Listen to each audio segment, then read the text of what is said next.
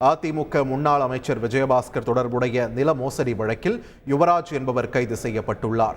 கரூரைச் சேர்ந்த பிரகாஷ் என்பவரின் 100 கோடி ரூபாய் மதிப்புள்ள 22 ஏக்கர் நிலத்தை போலி ஆவணங்கள் மூலம் பத்திரப்பதிவு செய்ததாக முன்னாள் அமைச்சர் எம்.ஆர். விஜயபாஸ்கர் கைது செய்யப்பட்டு தற்போது ஜாமீனில் வெளிவந்துள்ளார்.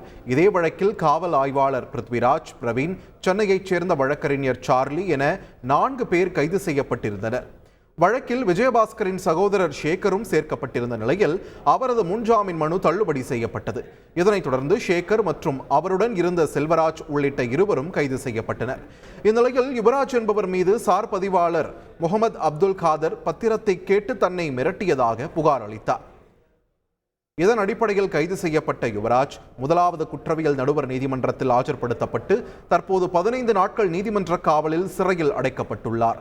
நில மோசடி வழக்கில் இதுவரை 7 பேர் கைது செய்யப்பட்டுள்ள நிலையில் வழக்கில் தொடர்புடைய மேலும் சிலர் கைது செய்யப்படுவார்கள் என்று தகவல் வெளியாகியுள்ளது. செய்திகளை உடனுக்குடன் தெரிந்து கொள்ள உடனே சப்ஸ்கிரைப் பண்ணுங்க.